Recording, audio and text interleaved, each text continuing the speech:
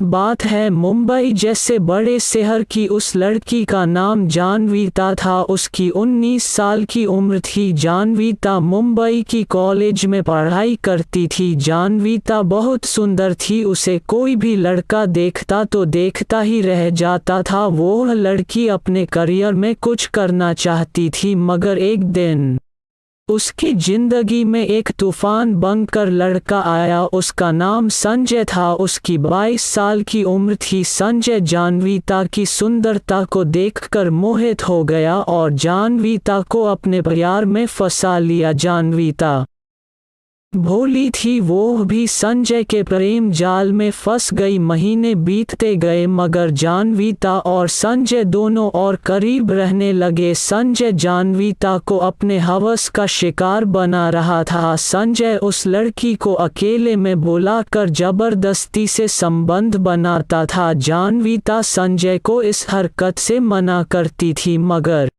संजय कुछ सुनने को तैयार नहीं था और कहता था कि जानवीता, तुम मुझे प्यार करती हो तो ऐसा सब करना होगा। तुम्हें मेरे प्यार पर भरोसा नहीं है। हर दिन जानवीता को मनाकर दोनों शारीरिक संबंध बनाते थे और संजय अपनी हवस पूरी कर रहा था। ऐसा सिलसिला रोज चलता रहा। फिर एक दिन जानवीता को पता चला कि वो प्रेग्नेंट है। फिर उसको एहसास हुआ कि हमने क्या किया। फिर जानवीता ने संजय को कॉल किया, संजय तुम अभी इसी वक्त मुझे मिलने के लिए आओ। फिर दोनों मिले। जानवीता रोती हुई संजय से लिपट गई और कहने लगी, संजय हम दोनों को अभी शादी करनी होगी। संजय कहने लगा, मगर क्यों हमें शादी करनी होगी? जानवीता ने कहा कि मैं प्रेग्नेंट हूँ, मैं तुम्हारे बच्चे की माँ बनने वाली हूँ। फिर संजय ने शादी से इनकार कर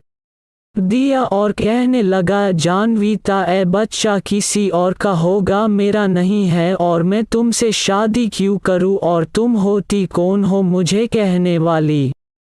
और इसमें मजा तो तू भी ले रही थी, चली जा मेरी जिंदगी से। फिर जानवीता ने कहा, संजय क्या तुम मुझसे प्यार नहीं करता था तो क्या तुम मुझे धोखा दे रहा था? बेशरम धोखेबाज, इसीलिए तुम मेरे साथ शारीरिक संबंध बांध रहा था। फिर जानवीता को अपनी गलती का एहसास हो रहा था और सोच रही थी कि अब मैं क्या करूं, मैं प्रेग्नेंट हूं, किसको मुंह दिखाऊंगी। जानवीता वहां से चली आई और मुंह पुलिस के पास गई और संजय के खिलाफ केस दर्ज किया। पुलिस ने जानवीता की बातें सुनकर संजय के खिलाफ बड़ी कार्रवाई शुरू की और जानवीता ने आत्महत्या कर ली। अब बेचारी जीकर क्या कर सकती थी? संजय को अपने गुनाहों की सजा मिल चुकी थी, उसे फांसी की सजा मिल गई थी।